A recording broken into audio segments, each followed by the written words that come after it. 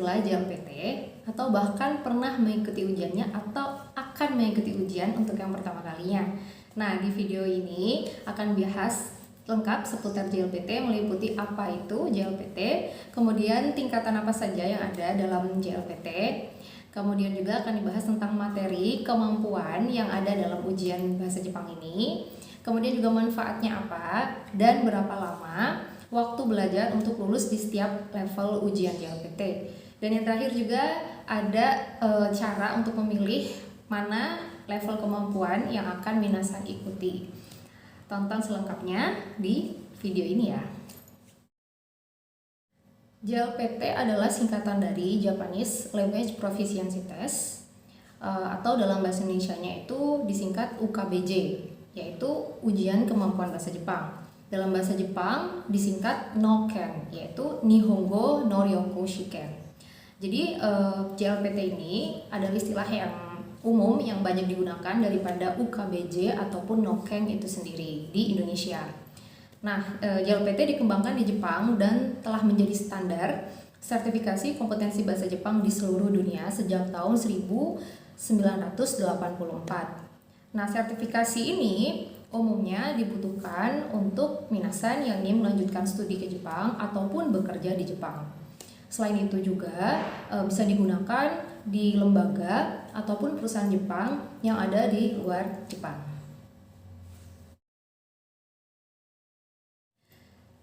Di dalam JLPT ada tingkat atau level kesulitan. Jadi mulai dari yang terendah atau yang paling mudah sampai yang paling sulit diurutkan dari level N5, kemudian naik N4, N3, N2, dan level yang tertinggi adalah N1, yaitu level yang paling sulit. Di dalam JLPT ada bagian atau section dari berbagai soal, baik dari N5 atau N1 itu pasti ada. Nah, cuma yang membedakan adalah tingkat kesulitannya. Ada 4 bagian yang pasti ada dalam setiap level ujian JLPT. Yang pertama adalah soal tentang moji dan goi. Jadi moji dan goi ini adalah soal tentang kosakata dan kanji. Kemudian yang kedua adalah soal tentang bumpo atau pola kalimat. Yang ketiga ada bagian dokai atau membaca. Dan yang terakhir, nah ini part chokai. Jadi chokai ini adalah bagian mendengarkan.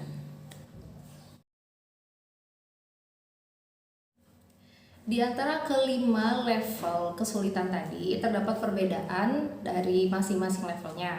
Nah, untuk level N5 ini adalah level terendah. Di sini diharapkan peserta yang lulus level N5 ini punya kemampuan dalam hal memahami hiragana, katakana, dapat membaca dan memahami frase, kalimat, paragraf pendek menggunakan kanji-kanji dasar.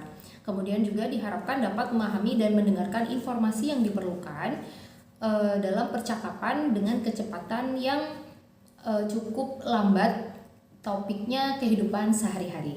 Untuk level N4, di sini peserta yang lulus diharapkan memiliki kemampuan dapat memahami dan baca kalimat yang ditulis dengan topik yang cukup familiar dengan menggunakan kosakata dan kanji dasar. Kemudian juga dapat memahami isi dari percakapan sehari-hari dengan nada yang normal. Nah, kita masuk ke level pertengahan atau level N3.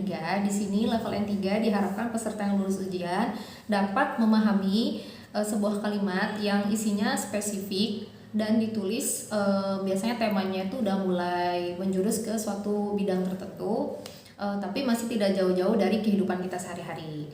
Kemudian juga diharapkan bisa mendengarkan percakapan dengan kecepatan yang normal, sekaligus juga dapat memahami isi utama kalimat. Selanjutnya adalah level N2 atau intermediate 1. Ini adalah level yang cukup tinggi. Jadi dengan lulus N2 ini diharapkan dapat memahami dengan jelas dengan isi artikel dalam membaca misalnya koran, majalah, brosur dalam kehidupan sehari-hari. Kemudian juga dapat melaksanakan percakapan dan mendengarkan percakapan dengan kecepatan normal, dapat memahami isi atau aliran ceritanya dan topik utama dalam kalimat.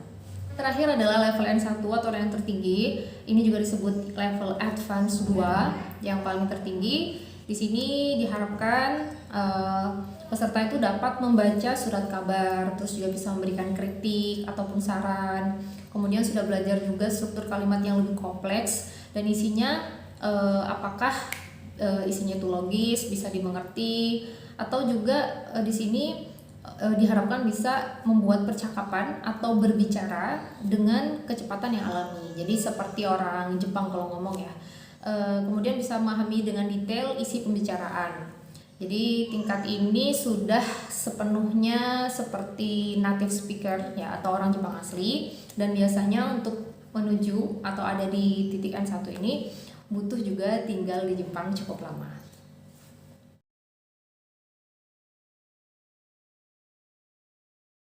Itu merupakan pertanyaan yang paling sering ditanya, yakni berapa lama waktu belajar agar lulus JLPT di setiap levelnya. Nah, di sini ada tabel tentang estimasi waktu belajar dan penguasaan materi dari setiap level di JLPT. Mulai dari level SOKU 1 atau N5. Nah, di sini dibutuhkan penguasaan materi yaitu 100 kanji ya. Jadi ada 100 kanji yang perlu dikuasain, kemudian juga ada 800 kosakata bahasa Jepang. Kemudian juga di sini diwajibkan untuk menghafal atau menguasai huruf hiragana, katakana, dan kanji-kanji sederhana. Kemudian juga yang keempat, memahami pola kalimat dasar. Jadi di sini waktu belajarnya untuk bisa lulus N5 dibutuhkan sekitar 200 jam. Jadi minasan bisa dibagi 200 jam dalam berapa tahun. Nah, itu biasanya atau dalam berapa bulan bisa belajar sehari berapa nih, sesuaikan sama kondisi dari minasan masing-masing. Nah, selanjutnya untuk N4 di sini penguasaan materinya, kanjinya yang perlu dihafalkan atau dikuasai adalah 300 kanji. Kemudian kosakatanya kurang lebih sebanyak 1.500 kata. Yang ketiga, bisa memahami kalimat sehari-hari dan juga mampu memahami bacaan sederhana. Estimasi waktu belajar untuk N4 ini ya atau SHOKU 2 ini 2 kali lipat daripada level N5 yaitu 400 jam. Dan selanjutnya ada level CHUKYU ya, level N3 intermediate. Di sini membutuhkan kanji 650 kanji untuk dihafalkan atau dikuasai. Kemudian ada 3.750 kata yang perlu juga dipahami, dan juga bisa mengerti bacaan dengan kanji yang mudah, bisa memahami percakapan dengan pola kalimat atau tata bahasa yang standar. Waktu yang dibutuhkan untuk bisa lulus N3 pada ujian JLPT yaitu sekitar 600 jam. Kemudian lanjut kita ke level advance ya. Ada 2 level advance. Yang pertama adalah advance 1 atau N2 ya. Jadi N2 di sini itu dibutuhkan 1000 kanji untuk dipahami. Kemudian ada 6000 kosakata yang harus dikuasain. Kemudian juga bisa memahami bacaan berita, baik itu di surat kabar ataupun majalah, percakapan dalam bahasa Jepang dengan topik yang cukup umum. Waktu belajar estimasinya di sini ya kurang lebih sekitar 800 jam. Dan level yang tertinggi ya, yang tadi setara dengan native speaker orang Jepang sendiri atau N1, itu membutuhkan kanji sekitar 2000 huruf kanji. Ini kanji maksimal ya, karena kanji yang dipakai umumnya di Jepang itu hanya 2000. Kemudian kosakatanya ada 10.000 kosakata yang perlu dikuasai. Diharapkan juga peserta di sini juga bisa memahami berbagai macam bacaan dalam percakapan. Jadi udah mulai kompleks. Kemudian juga bisa memahami perbedaan nuansa dari kalimat dalam penggunaan kosakata tertentu. Karena bahasa Jepang itu kaya dengan nuansa, dan tadi seperti yang dijelaskan, untuk bisa mencapai level N1 ini gak cuma belajar aja, tapi butuh rasa juga dalam mereka menggunakan bahasa. Oleh karena itu biasanya yang lulus ini punya pengalaman yang cukup lama tinggal di Jepang. Estimasi belajarnya untuk bisa lulus di level tertinggi ini adalah 1000 jam. Jadi waktu belajar yang ada di tabel ini itu adalah estimasi minimal ya minasan untuk bisa lulus JLPT di setiap levelnya. Jadi jangan dikurang-kurangin. Kalau mau ditambah juga nggak apa-apa. Tapi ini level yang maksudnya skor yang nanti diperoleh itu biasanya giri-giri atau tidak terlalu tinggi lah ya. Tapi bisa lulus. Hai, dari kelima level atau tingkatan JLPT yang tadi, pasti minasan bingungan nih. Misalnya aku cocoknya yang mana ya? Ikut N5 kah, N4, N3, N2 ataukah N1? Nah, cara ini untuk menentukan apakah minasan ikut level yang mana yang cocok, minasan bisa melakukan ya evaluasi kemampuan diri di website berikut ini. Ini juga saya tulis di deskripsi box, jadi nanti bisa diklik.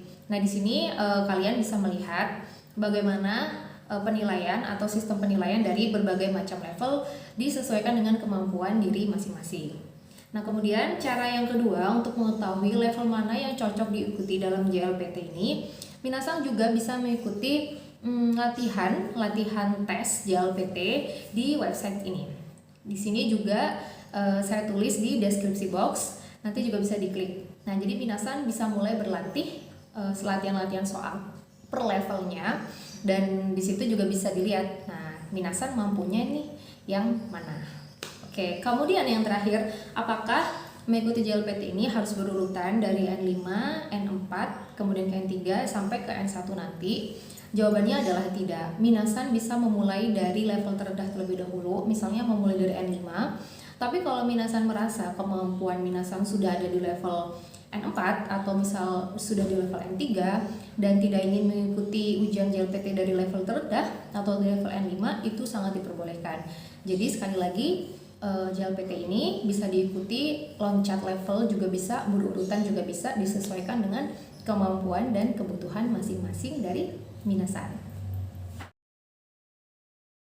Nah, kemudian di sini yang terakhir adalah apa sih manfaat ikut JLPT?